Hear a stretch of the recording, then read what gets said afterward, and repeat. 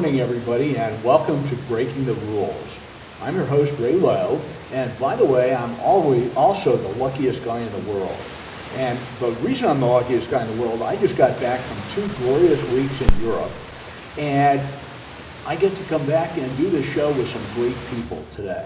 So the luckiest guy in the world is all about living the life that you want to live and enjoying it to the fullest. And Casey, tell us a little bit about what we're going to do today. Well, first of all, I want to explain that our show is called Breaking the Rules, and it's about change, which is something that happens to us all whether we like it or not. And a lot of people do resist change because it makes them very uncomfortable. But what we believe is if you take control of the change yourself, that may help you feel more comfortable. And I have a quote today from Peter Drucker, who wrote a lot of books on management, and he says, "The greatest danger in times of turbulence is not the turbulence, it is to act with yesterday's logic." So if we change the word turbulence to change, he's saying that just because things have always been done a certain way doesn't mean that you have to continue doing them that way, especially if you don't feel that it fits your circumstances or if it fits who you are. So that's what we're trying to get at here with our show, Breaking the Rules. And we bring on people who have had changes in their lives and they've done it their way, in the words of Frank Sinatra. So what are you trying to do? You're trying to change Peter Drucker's quotes now? See? And what would you do without a quote in the morning? Well, I enjoy looking up quotes. Okay, so we have a great show today, and this is especially important to me because it goes back into my history. So our guest today is John Spotila, and John, welcome to Breaking the Rules. Thank you, and thank you for having me here. Good morning. And I've known John for, I hate to think about how many years, but it was very early in our careers, and John at one point in time was my attorney, okay, and then he dumped me, okay. Well, why don't you let John tell us about that? Okay, so John, tell us about this whole story about who you are and what you did. Well, I don't want to make any comments on what it was like to be your attorney, but no, I practiced in the Philadelphia and South New Jersey area for quite a while, ran my own business. And got the opportunity, really a significant opportunity, to join President Clinton and his administration after the president was elected. I had actually met Bill Clinton my first day at Georgetown. I'm a graduate of Georgetown and the Yale Law School, and have known him most of my life. Met Hillary Clinton, of course, whom Bill met at Yale when we were all together at Yale. So. When he became president, I had helped him a little bit in New Jersey and Ohio and other places. I'm originally from Ohio. And he asked me to come and join his team at the Small Business Administration, where he was hoping to turn things around and contribute to the economy. I did that, and then I went to the White House, where I served as the head of the Office of Information and Regulatory Affairs, a Senate-confirmed position that was responsible for all significant federal regulations for information policy, including the Y2K effort, and even the census and statistical policy. So it took quite an opportunity to leave you behind, Ray, as your attorney, but of course I've never left you behind as a friend. Well, that's okay. This happens frequently in my life anyway. But what it does is it allows me to introduce and meet new people, and it's just been a wonderful part of my life. So talk to me a little bit about, you had this magnificent career that a lot of people would love to have. I mean, you got the law, you got 2 great schools in there, you met the Clintons, you got to join the Clintons in the whole government process and things like that. But you didn't stop there, because when the administration was done after 8 years, right, you then went back into the public sector, right? And ran a company. So let me kind of put it in context. I think when I look back on my life, I have always been drawn to things that were interesting and areas where I could learn and make a contribution. So when I was practicing law, I enjoyed running my own business and helping other small business owners. When I went to Washington, I tried to bring some of the common sense to Washington.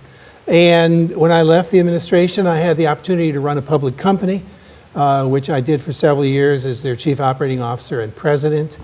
And then when I left that company, I decided to set up a consulting company to to get larger institutions to focus on clear communication and improving their processes so they could operate more efficiently.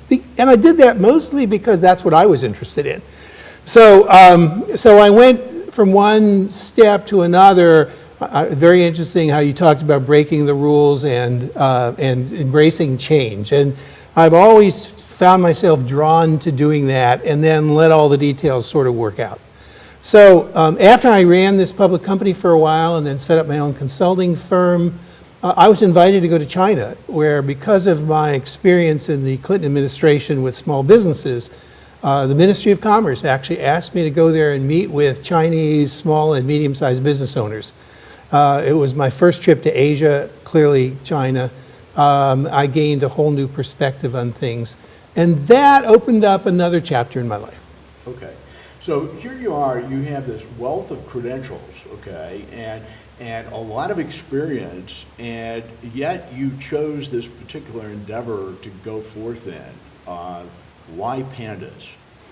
Well, when I came back from China, and I had made some good friends there, my brother, who's an environmental scientist, said, with all of the challenges of climate change and all of the other environmental threats, we should form a nonprofit and try to put together a team that could have some impact, working with China. Now, Sherry, who's now my wife, had actually organized the trip to China. She had wonderful connections there and a tremendous understanding, had spent 20 years pioneering building bridges between people in the United States and China.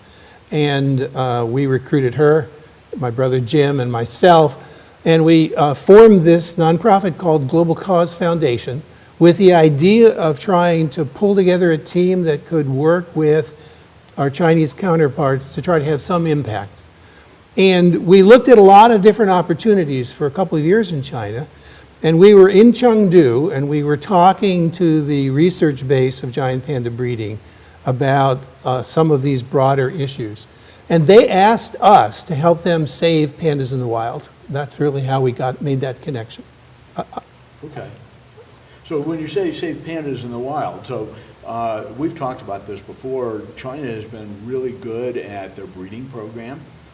And we have a lot of pandas that are in zoos, and that's a wonderful thing. It's a place where people can do things. Right. But so here is the situation that I found myself in, and I think you can see why I thought it was intriguing. So this is about 10 years ago, and we were in a situation where there were less than, just as there are now, less than 2,000 pandas, giant pandas, in the world, living in the wild. Half of them are adults, half of them cubs or very young subadults. China had, as you say, made historic strides in learning how to breed and raise giant pandas in captivity, but not how to get cubs back into the wild. And they had made an effort to preserve panda habitat, which was important. But the real question was, is there some way we can take these captive cubs and use them to strengthen the wild panda population? And also, ideally, is there some way we can study pandas in the wild? Because truthfully, people knew very little about them. And that intriguing question is something that we came back to our team with Global Cause, and we came up with an idea how to do both. okay, so expand on the idea. Well, my brother Jim knew that there was an American scientist in New Hampshire called Ben Killam, who for more than 20 years had been raising orphaned black bear cubs and had found a way to introduce them successfully in the wild and study them there. And in his method, he became kind of like their substitute mother. And when they became adult bears, they remembered him and still would allow him to watch them as they interacted with other wild bears. And that bonding, which occurred by the way he raised them, continued through adulthood. And we decided to try and take this idea and see if we could do the same thing with giant pandas. Outstanding. So here's the ability. I can see why you get excited. I can see why you follow your interests, right? And I hope you don't lose interest in this one because fortunately you've dragged me along to China. That's right. You've been there. And the project is absolutely magnificent when you get to see these warm, cuddly, not so small. They're a lot bigger than I thought they were. Yeah. Animals interacting, having fun, playing, and now getting them back out into the wild? Well, we all love pandas. And the thought that we could have a world in which there were no wild pandas because of climate change or other environmental threats, to me, was an awful possibility. And from the standpoint of our creative scientists, you mentioned something earlier about the worst thing you can do in times of turbulence is use old logic. Well, we knew that it was necessary to do something different because none of the things being done before were working as far as how to save these wild pandas, we felt. And so we had to work in teamwork with our Chinese counterparts, and we had to find a way to try something different that offered the prospect of success. Can I interject here? Because one time when we were talking, you mentioned with respect to the climate change how the pandas only eat one particular type of bamboo, even though that there's multiple. And we only have a couple of seconds, but can you give a... Well, actually, pandas eat many different kinds of bamboo at different times. Oh, okay. But the point is they need to have the right bamboo available at the right time when they need it. Right. And one of the many risks of climate change is that it separates the pandas from the bamboo. Pandas need to live in cool temperatures. If it gets too warm, they move higher up the mountain. If they move higher up the mountain, the bamboo doesn't come with them. And so this is just one example of the kind of threat we worry about from climate change. That's great.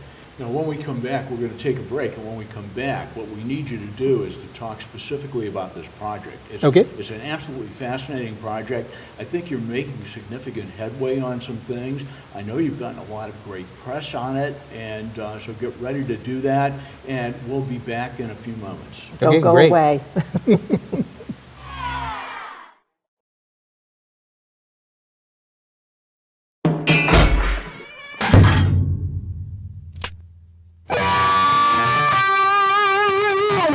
For independent living for seniors age 62 and over, People Inc. offers safe, maintenance-free apartments across Western New York. The affordable rent is income-based. For more information, call People Inc. Senior Living at 817-9090. In a world where bankers have lost all interest, where robots and fat cats rule our fortunes, one woman will stand up and strive to do the impossible. Be treated like a person. Friends and neighbors will join her quest. Ordinary people will band together against the forces of corporate greed. And together they will form Philadelphia Federal Credit Union, already in a neighborhood near you.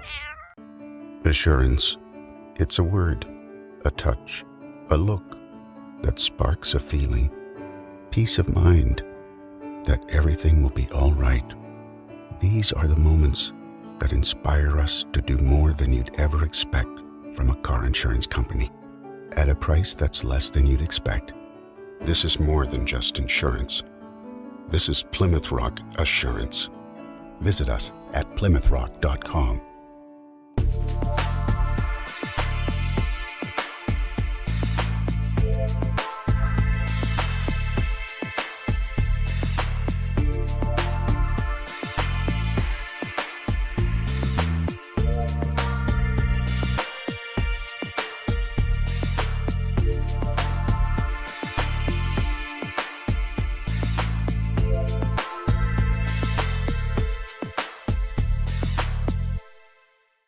Hi, my name's Casey Price, host of a brand new show called Everyday Elder Care. My show will help you take the stress out of caring for your elderly loved one by educating you about options and solutions you may not even know exist. Tune in every Tuesday at noon on RVN TV. We'll see you there. Imagine the finest hand-selected USDA prime steak you'll ever have. The freshest line-caught seafood, our Wine Spectator award-winning wine list, and soul-satisfying desserts. Bring that together with the perfect date, the winning business deal, a memorable family celebration. Welcome to Rod's Steak and Seafood.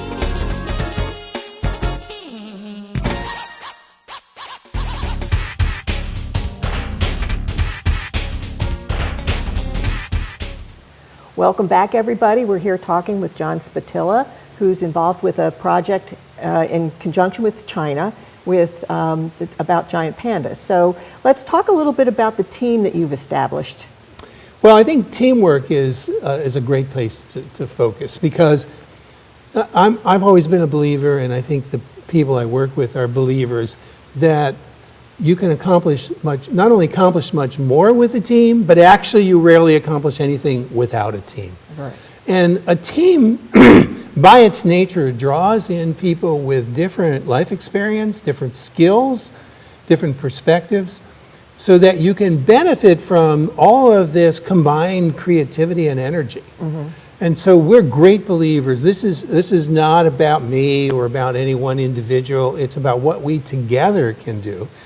And that philosophy, by the way, which works great here for us, actually is essential for working with a partner like China. There we have differences in language, differences in culture, lots of potential barriers, and many people have difficulty working with the Chinese. Now, Sherry has been phenomenal in giving us insight into how to work successfully.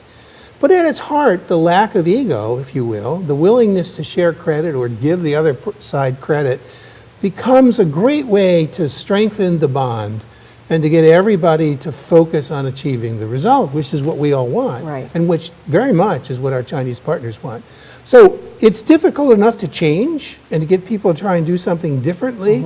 And so when you can form this team attitude, you can help overcome change. And when you can keep adding to the team, then you can get stronger and better. And from our standpoint, we're a small, very small organization, and we have mostly supported this ourselves with the help of some individuals who have contributed financially and otherwise. Just as you need gasoline to run the engine of a race car, you have to have fuel. And the fuel comes because people contribute. Some people contribute time, some people contribute financially, some people contribute ideas. We're always looking to draw on those resources from people who will join our team. We call it our Wild Panda team, who will join our team and help us in whatever way is most appropriate. And we like to turn it back, by the way, because for many of the people who work with us, we also give them a unique opportunity to see the pandas. Right. We've had some of our team members come to China, Ray's one of them, to come to China and to get an inside look at what we're doing. And that, I think, is priceless. Let's talk about your team a little bit. So you have a number of graduate, I'm going to call them graduate students, but they may be they're postdocs, right? Yeah, postdocs. We have, first of all, this is a science and education-driven enterprise. So I haven't talked a lot about the education. We're very much aware that pandas can be a way to ignite an interest in learning among young people. And so we would be very interested in actually doing more in education. We've done some things, which I'll get to, but we know how important that is. But it's science-driven in its fundamental goal of saving wild pandas. And so Jim Spotila, my brother, who's a chair professor of environmental science at Drexel University, has been co-director, science director with the research director in Chengdu. Okay.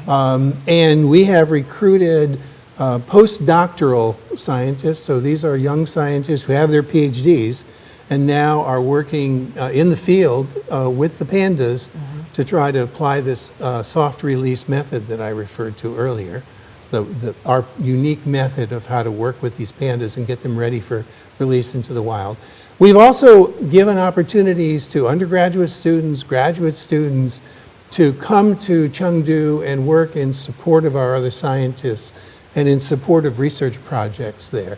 So we have to be selective, and we're selective in part because we can only afford to do certain things given our financial resources. Right. But there's great opportunity. We're believers that part of what we're doing here is training young scientists to be the leaders of the future, and that's an important thing too. Absolutely. You talk about being selective. Okay, now you're selective with your pandas too that come Yes, into this program, aren't that's you? right. So We are. Talk about that. So we actually have devised, it's really our science team, but I'm happy to take credit also.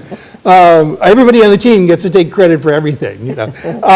We've developed really a systematic approach to look at very young panda cubs in captivity in Chengdu at the research base, to try to find the ones that seem to be showing curiosity and energy and sort of a general positive health, of course, and we check their genetic and their full background, trying to find the right combination so that if this cub is ultimately released to the wild, it will strengthen the wild population. And then we put these cubs through a period of preparation. We don't like to call it training because, I'm not a panda. I don't know how to teach a panda. But we find that in the right environment, a safe and learning environment, the natural instincts of the pandas will come forth. And pandas will climb trees because they like to climb trees and it's their instinct. They will look for food. They will look for water. They will look for opportunities to play and wrestle with each other and tumble and rumble and all these things that like kids would do, the cubs like to do when they're freed up and given the opportunity to be themselves. So it's a fascinating, but also a thoughtful process. So how do you do this? You pick your cubs, and then you have a process of leading them back into the wild? So what we do, as soon as the cub is old enough to be able to walk and so forth, one of our scientists will work with these cubs in what is a large fenced-in learning enclosure that looks like natural habitat, but where they're protected from any intrusion from outside, and at the same time it gives them a sense of what it's like to live in the wild. And we develop this bond between the scientists and the cubs. So the scientist is like a mother panda would be. It gives the cub a protected environment. The cub can go exploring and so forth. Doesn't need to worry about external threats. And at the same time, the cub bonds with that scientist, in our experience, so that they're comfortable with the scientist. They play with them, they interact with them. Later on, when that cub becomes an adult panda, it remembers that this scientist is their surrogate mother, if you will. And now the panda is very large and powerful. And so it restrains itself because the scientist is someone that it feels actually in a bond, it actually feels affection towards. And that's the only thing that makes it possible for the scientist to interact with an adult panda in what would be a wild environment.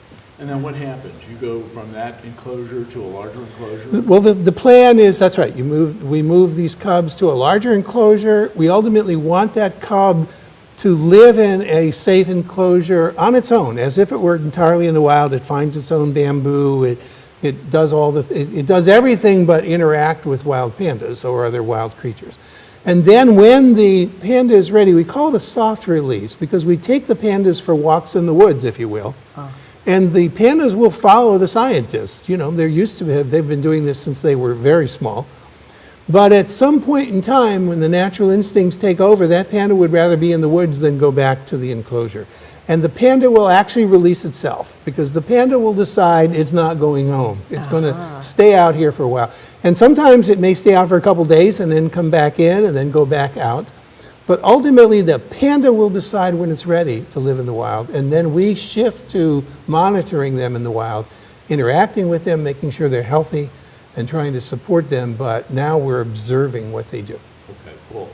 Now, I know you've had quite a bit of success here. One of the biggest successes is you had an IMAX team down there. That's right. That thought this project was so worthwhile they made a movie. That's right. There's IMAX has made a beautiful documentary film called Pandas, which is the story of our project. Okay. And it's in IMAX theaters now. Primarily, they tend to be in the museum and science theaters, if you will. But it is a magnificent 3D, super high definition, beautiful film, and that we're pretty proud of, and that does a wonderful job of telling our story. Okay, and if somebody wants to see the trailer of that, they can go to your website, yes, right? The links are there, and the background is there, including some of the background of making the movie. We spent almost 5 years with IMAX in this process, and we were there, Sherry and I were there for every bit of filming. It's a film that could never have been made actually without our efforts in terms of getting cooperation from the Chinese and in avoiding the potential for disagreement or misunderstanding. So we're proud of it and proud that it does a great job telling the story. Okay. So give us your website where they can go see this. So our website is GCause, that's for global cause, gcause.org. Okay. O-R-G, simplest way to get there. It has a lot of wonderful information about what we do and what we've done, and And it also gives people the opportunity to help, and we would really, really appreciate anyone who can give us any help they can.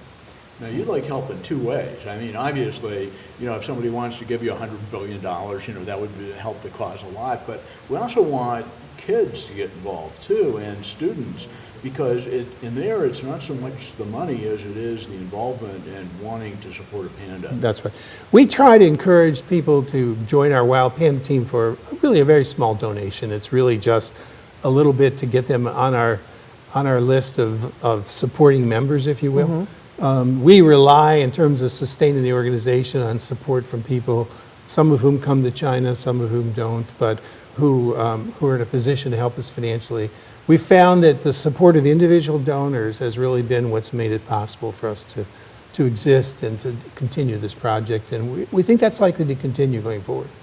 So what's next? I mean, how many pandas have you actually reintroduced in the wild? What's the plan going? Well, the movie tells the story of one panda called Chen Chen, who not only, we actually, there's a dramatic story there. Briefly, we released Chen Chen into the wild. She was attacked after she had been there for quite a while. She was attacked by some other unidentified animals. We, because of this connection, one of our Chinese scientists was actually able to lead a team to find her. He climbed a tree even though he was afraid of heights. He helped nurse her back to health. We were able to bring her back to our enclosure. She's totally regained her health, and she's eager to get back out into the wild. Cool. That's great. And then we have some younger pandas that are coming up that will follow in her footsteps. Okay, and if you want more, it's all available on the website. And thank you, John, for being with us today. And what's next, Casey? Well, we want to remind people to tune in next week when we will be talking with a gentleman who has a very unique approach to how we should approach retirement. So thank you all for being here. Thank you, John, for talking about the pandas, and tune in next week. Well, thank you for having me, and it's been fun. I enjoyed it. Great.